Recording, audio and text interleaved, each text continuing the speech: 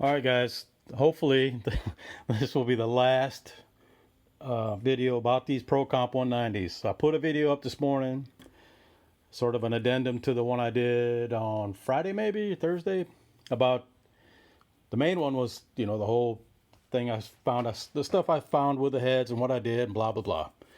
And then yesterday I was thinking about something I said in the video about them raising the port up, and I think, well, if they raise the port up, but the bolt holes stayed in the same spot, that's going to be an issue cause with the gaskets and header alignment. So then I checked it, and yes, with the header gaskets on right side up or whatever, they did align poorly. And I was thinking, just bolt the gaskets to the head and then use a die grinder, kind of even out the stuff where the lip's hanging over.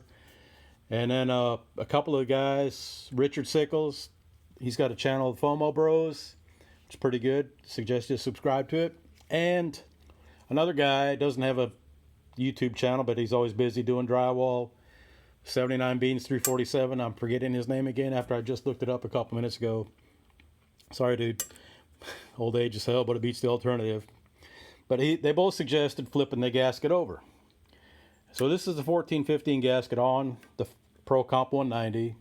Ignore that down here. I did that on the twisted wedge because the twisted wedge heads have a gap, or not a gap, but this bottom part of the gasket intrudes quite a bit, so that might be something to try on them, just to flip it over. But so the 1415 aligns better with the gasket flipped upside down.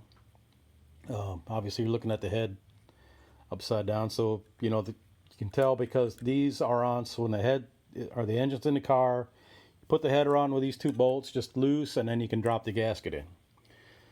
So if you flip it over, it lines up better on the bottom, but you still got some hanging over the sides. Now the 1487 is better, all around better, because you don't have anything in on the top, and you got a little bit on the sides, but I don't think that's enough to worry about. So that is the gasket I would recommend for these Pro Comp 190s. The Pro 1487, you can get it at Summit. They're a little spendy, but you know what? You can reuse them. I've reused Pro 1415s a couple times over, just like I do the intake gaskets, the 1262 S3 and the 1250 S3. They all work pretty good, and like I said, the bonus is you can reuse them, so I don't mind spending a little more up front. If you got a really thick header flange, you can just put some orange RTV on there and no gasket, and they work pretty good too. So you won't have to worry about that unless you get goofy with the orange RTV and you got a big fat lip of it sticking in there. But I don't think that's the issue. Most of it will probably get blown out. But like I said, so that was the issue. Like I said, the exhaust ports, I thought they were kind of big, and I thought it was peculiar that they raised the port up, but the bolt holes were in the same spot. So this is the remedy.